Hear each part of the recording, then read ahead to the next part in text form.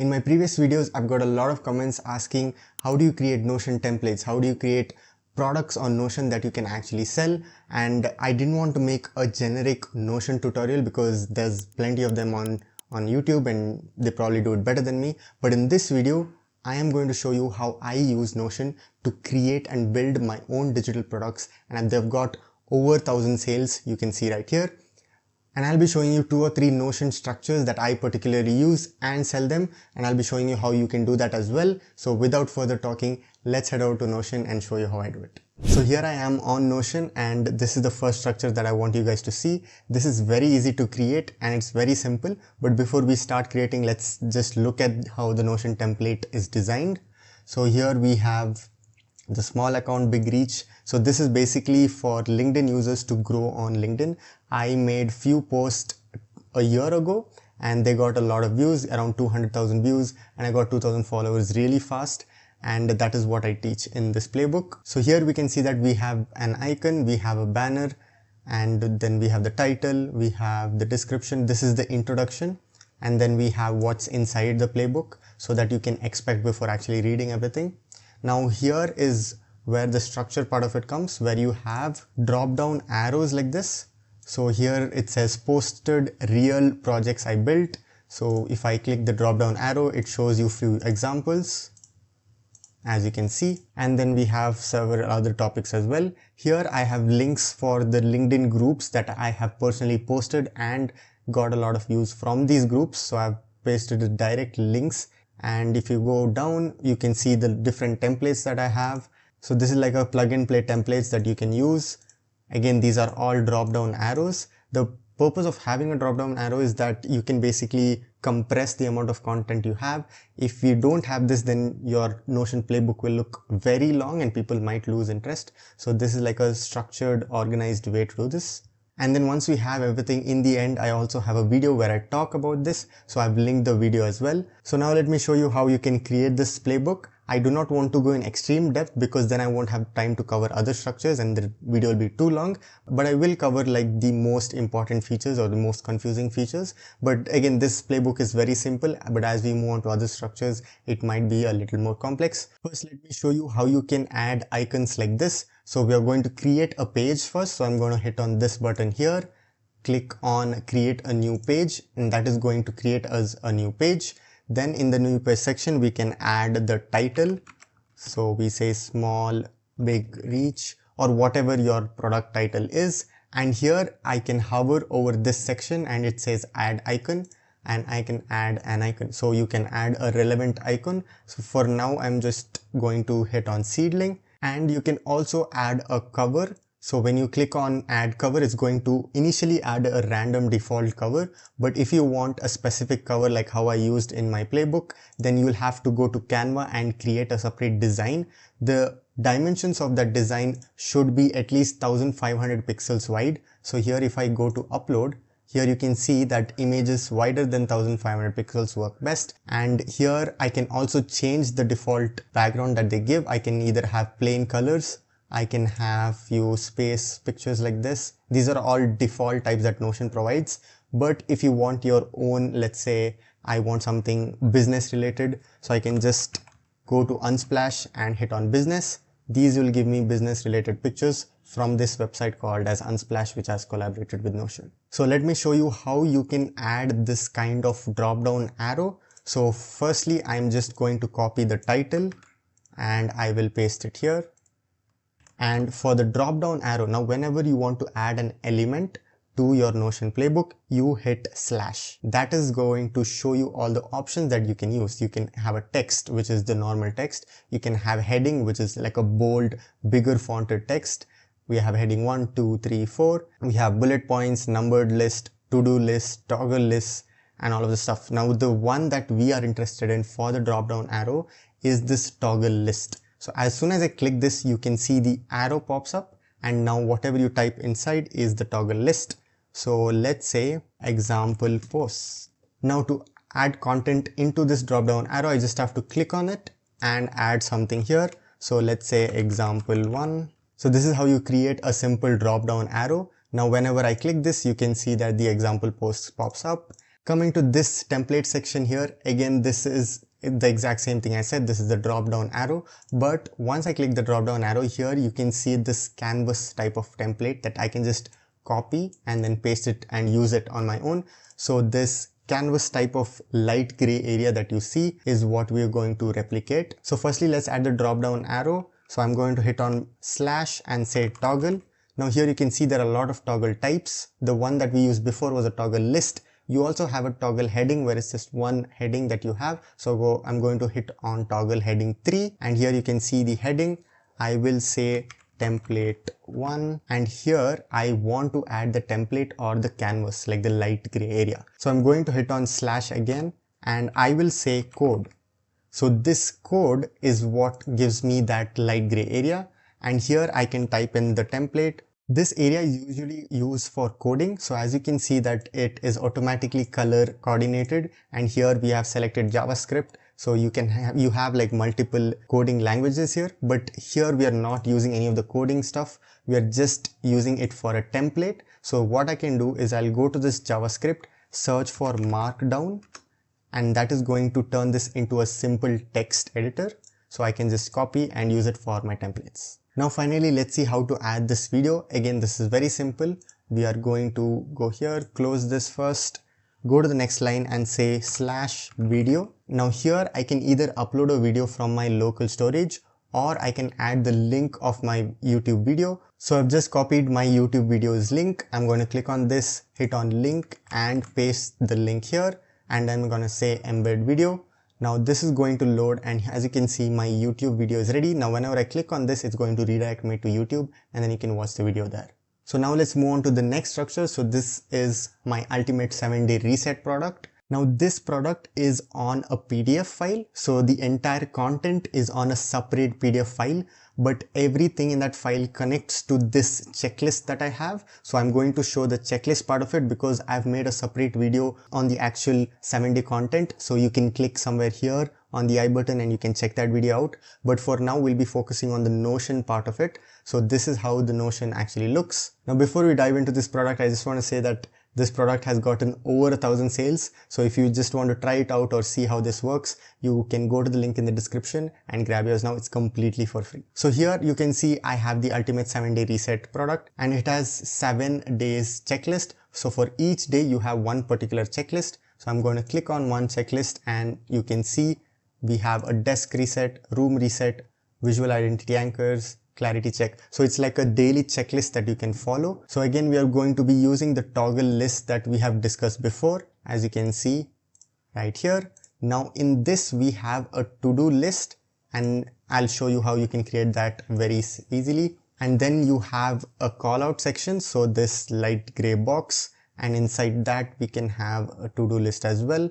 So let me show you how you can do that. So to replicate that structure, I'm going to say slash and firstly create the toggle list. I'm going to hit on toggle list, and the header is going to be, let's say, day 1. And inside this, we are going to say slash again and hit on to-do list.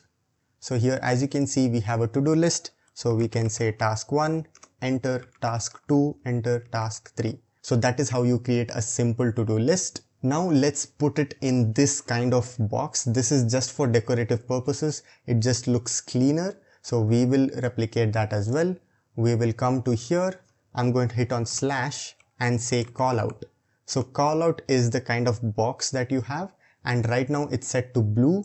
We can obviously change that by clicking on this here, going to color and hitting on gray. We can choose any color we want. I can just drag this and paste it inside my call out. So now the day 1 with the toggle list and the to-do list is inside this call out box. I know all of this is very simple, but as an end user, as a user using your product, they want it to be simple. They do not want a lot of complex elements that they themselves get confused with. So these kind of structures make it easier for them to navigate and understand what's happening in your product. Now finally, let's talk about how you can add pages like this in your main page. So whenever I click on this, it's going to redirect me to another page. So to do that, we are going to firstly go to a new page, and here I'll say slash.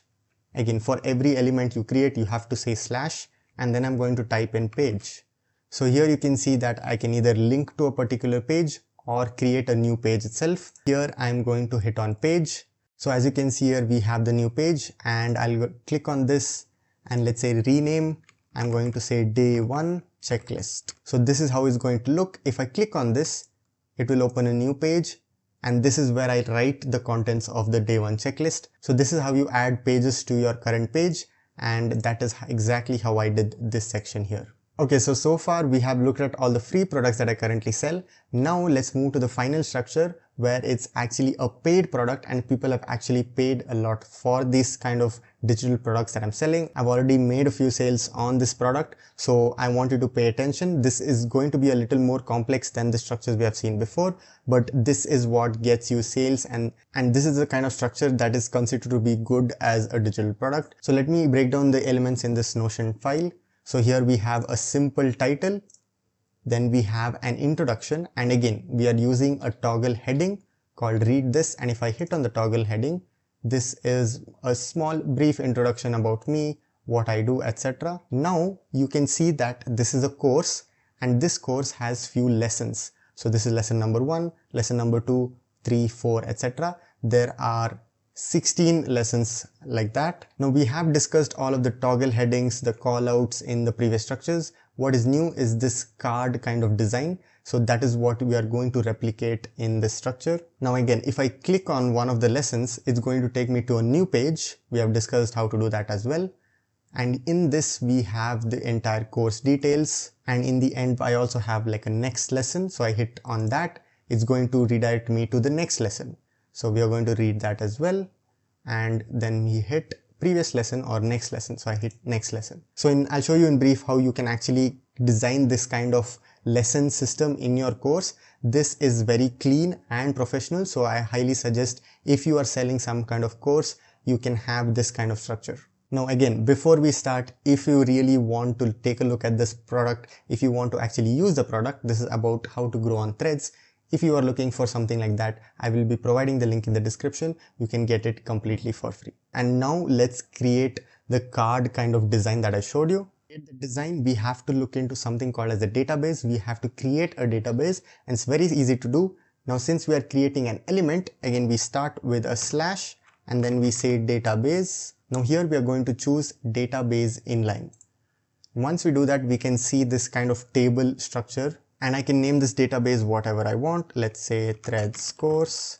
We are going to hide this title anyway, so you can name it whatever you would like. I'm going to hit on these 3 dots and click on hide title. Now the title is hidden. Now to turn this into that card kind of structure, I'm going to hit on the settings, go to layout and click on gallery. Now this gallery is what turns the table datas into an actual card kind of format. So here let's add a new page first so that you can see what kind of structure this creates. So I'm going to say lesson 1. Now as you can see, you have the card ready. Let's add another page. Let's say lesson 2. So to make the lesson better, I'm going to click on the lesson, go to add cover. I'm going to add some sort of image to it. Now it has a default format which I don't really like. So I'm going to change this and add my own custom logo that I created. Okay, so now I uploaded the cover photo that I want to use, but you can see that it's actually cut out here. The reason why I do this is if I come out of this, if I hit the 3 dots, if I go to layout, and here for card preview, I'm going to hit on page cover. Now what this does, it's going to take the page cover that I used and it's going to display it here. So now it looks like a logo. But again, it doesn't look the best right now. So I'm going to hit on settings, go to layout again. And here I'm going to hit on large. So now you can see that it's a bigger card right now and you can see the image clearly. So next we are going to look at the lesson completed element here. So as soon as I complete the lesson, I can come out and click on this thing. So if you remember, this is the same as a to-do list. So it's going to be similar here. So let's uncheck this for now. Come back to our example. We are going to hit on this lesson here. So we're going to hit on add property here and we will search for a to-do list or a checklist. So here we have something called as checkbox. So that is exactly how a to-do list works. And in the checkbox, I will say lesson completed. So now we have the property ready, but as you can see, it's not showing here. is because it's not set to visible. Now in order for the lesson completed to be shown here, I come to settings, go to property visibility and unhide this lesson completed. So you can see all the cards in this table will have the lesson completed. So you can have a similar structure as well. Now there's one more thing I want to fix. In the course, when I hit on a lesson, it opens in a completely new page. But when I do that in this particular example here, it just opens in a small window. Now in order to fix that here, I'm going to go to settings, go to layout, and here in open pages in, right now it's at center peak, which is why you got that window. I'm going to set it to full page. So now whenever I click on the lesson, it's going to take me to another new page. Perfect. So now let's make this a little more better aesthetically. So we are going to go to the title, hit on add icon, and let's hit on this green color circle here. Now what that does is it just brings a small kind of bullet point here. It's just for the design and how it looks. So we are going to do that for the next one as well. Now one last thing is that here we have this red color cards, then we have blue color cards. So you can change colors of the card as well. So we will do that quickly with this one. We're going to hit on settings again, go to conditional color, click on new color setting, hit on the name. And as you can see, it's default chosen to green, which is what we want. But let's say we wanted blue or some other color, we can set that as well. Now, before we end this video, I just want to talk about one last feature. That is when you go into this lesson and I scroll to the bottom, I have this next lesson element where if I click on it, it takes me to the next lesson. That is a small kind of feature that you can add to, build a flow into your course. So I'll show you that as well because it is important. So in order to do that, we are going to go to one particular lesson and I'm going to hit / and say call out. Again, this is just for the aesthetics. I'm going to hit on this, go to color and choose a default background. So right now I only have the outline of the call out. And here I'm going to say next page, hit enter, choose that particular line, go to color, hit on green. So we have this green kind of highlight. Now I can go here and hit backspace. Now once I have this, I'm going to hit on enter again. Now I'm going to say at. Now whenever I say at, it's going to help me redirect to another page. So here I'm going to choose lesson 2. Again, I'm going to hit on this, go to color and maybe choose something like blue.